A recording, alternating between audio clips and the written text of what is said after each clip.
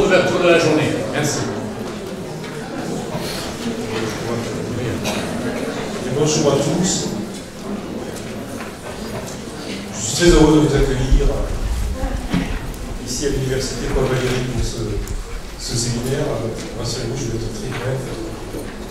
Je dois d'abord m'excuser parce que je vais vous laisser, je devrais déjà être en cours. J'assure juste quelques propos d'accueil pour ce séminaire. Je vous accueille d'abord au titre de l'équipe de recherche FORIS, qui est l'équipe de recherche de l'université spécialisée dans l'intervention sociale et qui regroupe des anciens chercheurs, des sciences de la communication, des sciences du management et des sciences de l'intervention sociale. Une équipe pluridisciplinaire qui est tout à fait en phase avec le type de problématiques traitées dans le cadre du Master DS, donc une des équipes de support. C'est aussi une équipe de recherche transdisciplinaire.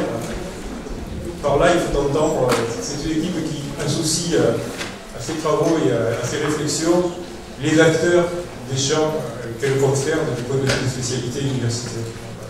À ce titre aussi, le séminaire d'aujourd'hui est un moment important des activités de cette équipe.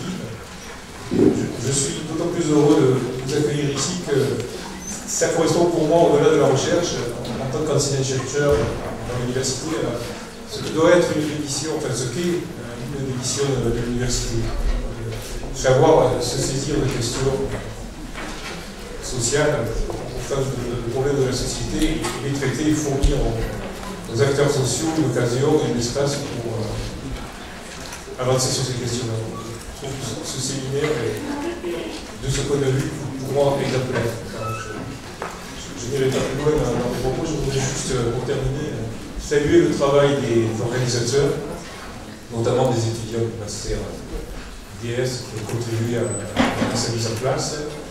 Et remercier la présidente de l'université, Anne Fraisse, la vice-présidente Laure Échalier, qui nous ont permis de disposer d'un amphi aujourd'hui, ce qui n'est pas évident parce qu'on est en période d'examen, et donc en général on mobilise à peu près tous les espaces disponibles. On a malgré tout réussi à fournir le lieu qui convenait au débat d'aujourd'hui, et je vous les remercie pour ça.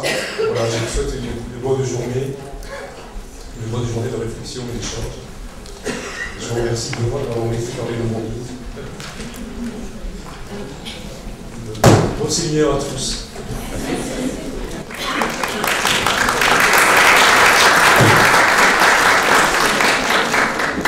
Bonjour.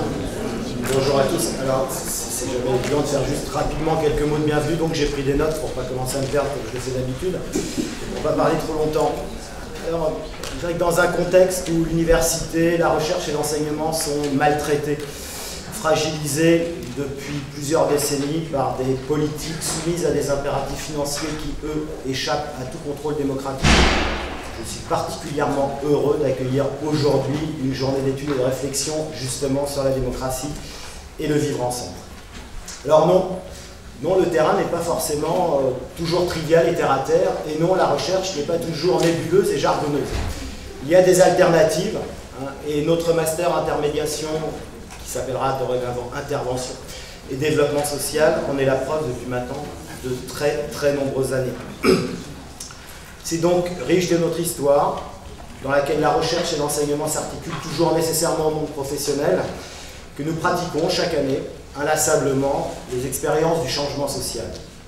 Cette journée, votre présence massive sont la preuve que faire le pari de l'intelligence et de l'action reste la meilleure manière de concevoir et de penser ensemble notre destin commun, libre, laïque et démocratique. Je tiens à remercier tous les intervenants, associations, chercheurs, praticiens, pour s'être mobilisés, investis et déplacés pour contribuer à cette journée. Un grand merci également à Sébastien, Geoffre et Pierre Buisson pour leur implication au niveau administratif, et surtout un très grand merci à Olivier Noël pour cette initiative qui montre que notre institution, bien que trop souvent outragée, brisée et martyrisée par des forces hostiles à l'intelligence et au débat, notre institution reste un espace centré sur des questions essentielles à notre société, un espace dans lequel les résistances peuvent s'épanouir dans la rigueur et l'exigence de formation et de recherche de haut niveau. Je vous souhaite donc une excellente journée d'échange, de débat, une excellente journée d'intelligence. Merci à tous.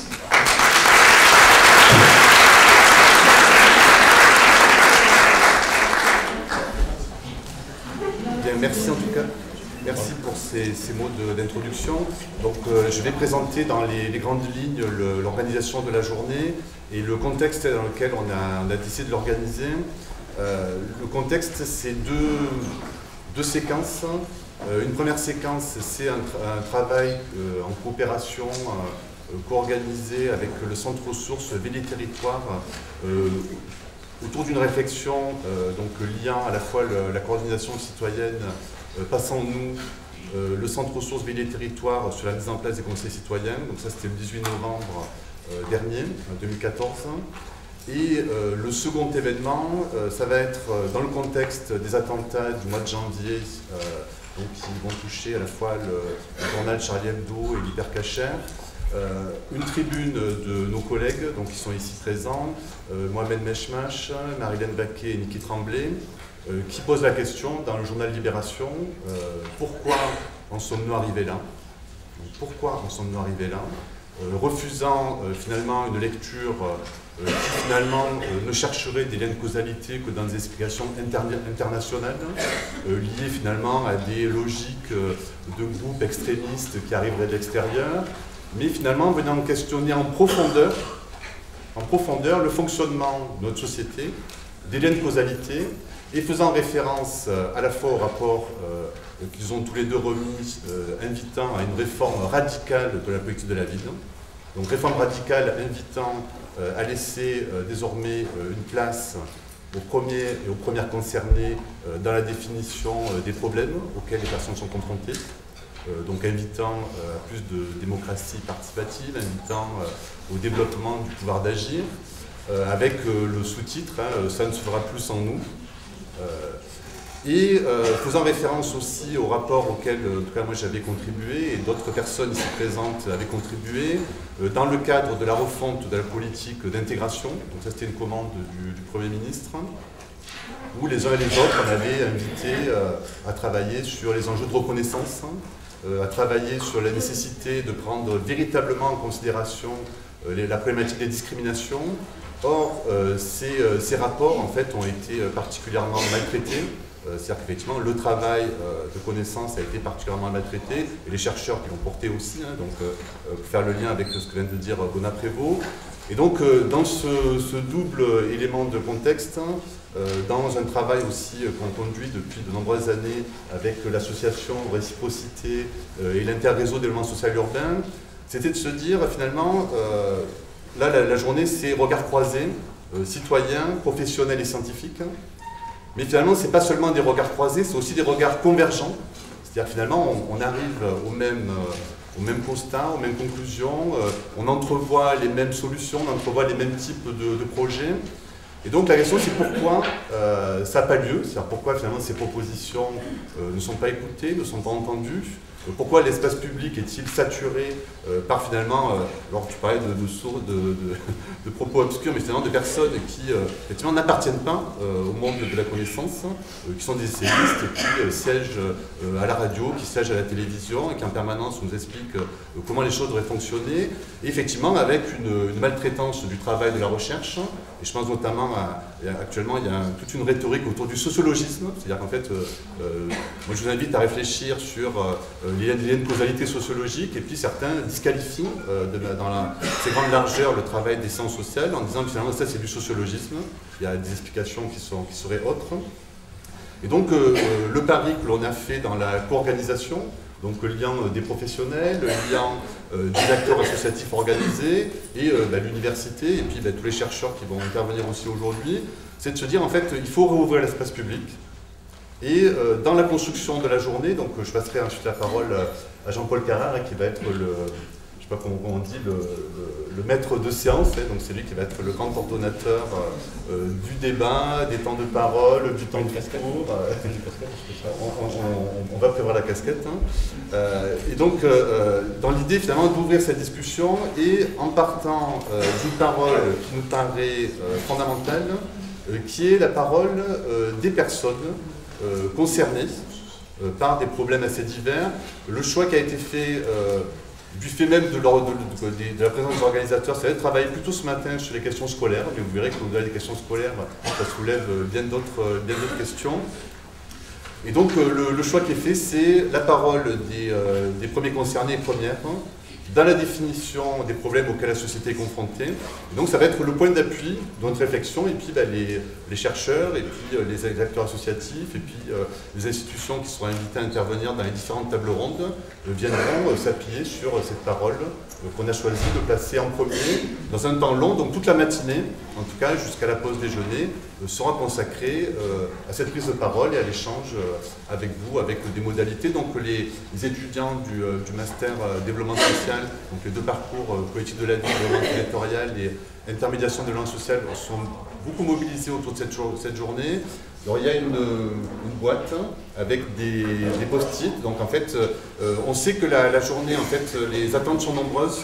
Les frustrations seront sans doute importantes par rapport à toutes les thématiques que les uns et les autres souhaiteront aborder.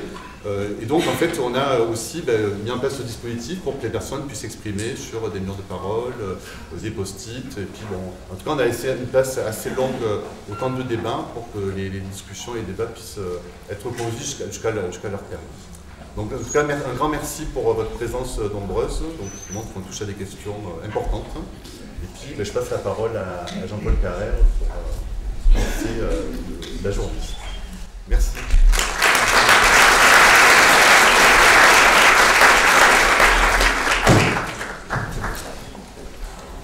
Voilà, donc on va essayer de s'organiser dans une configuration qui ne prête pas forcément Bon, c'est pratique parce qu'on peut se voir tous, mais c'est vrai qu'il y a une tribune, il y a des gens dans la salle. Bon, j'espère qu'on arrivera à l'oublier dans le courant de la journée, enfin je le souhaite. Bon, on va essayer aujourd'hui de fabriquer une machine et qui est une machine à fabriquer de l'intelligence. Voilà, c'est ça. Comme disait Benoît Prévost. Hein, voilà. Il faut qu'on sorte plus intelligent à la fin de la journée qu'on ne l'est au début. Hein, voilà. Alors, on va essayer. Si on se sent plus con à la fin de la journée.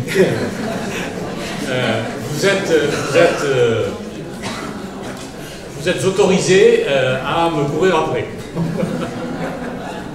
Voilà. Donc, mais non, sérieusement, ça dépend. Donc, ça veut dire que ça dépend de chacun d'entre nous. C'est l'intelligence collective qu'il faut fabriquer. Et c'est vrai que l'université, j'ai eu l'occasion d'en parler avec certains d'entre vous, avec le groupe de jeunes lycéens de Perpignan. L'université, c'est quand même quelque chose. Enfin, voilà. On se retrouve à l'université. Il y en a certains qui n'ont jamais été d'ailleurs, hein, et qui ont passé l'âge en plus. Hein, voilà. Donc, c'est vrai que c'est un lieu symbolique en France et partout. Le lieu du savoir, le lieu où on doit pouvoir dépasser les paroles médiatiques, comme l'expliquait Benoît Prévost et Olivier, où on doit pouvoir dépasser n'importe quoi pour essayer de réfléchir, et où se fabrique la République et la démocratie. C'est un peu dans des lieux comme ça que ça se fabrique. Et on va essayer aujourd'hui de démontrer que ça se fabrique collectivement. C'est-à-dire qu'il n'y a pas des gens qui savent ce que c'est et qui disent aux autres voilà ce que c'est, mais on habite tous ce même pays, et dans ce même pays, chacun d'entre nous a une responsabilité, c'est d'ouvrir notre gueule, hein, bien qu'on nous dise souvent qu'on n'a pas autorité, on n'est pas suffisamment intelligent pour le faire, et de dire ce qu'on pense et de participer, d'accepter d'avoir tort, d'accepter d'être contredit, mais d'accepter aussi que les autres acceptent qu'on ait la possibilité de dire ce qu'on pense. Voilà. Donc on va essayer de fabriquer ça dans la journée, mais c'est vous qui le fabriquerez. Hein. Moi je ne ferai qu'essayer d'agencer un peu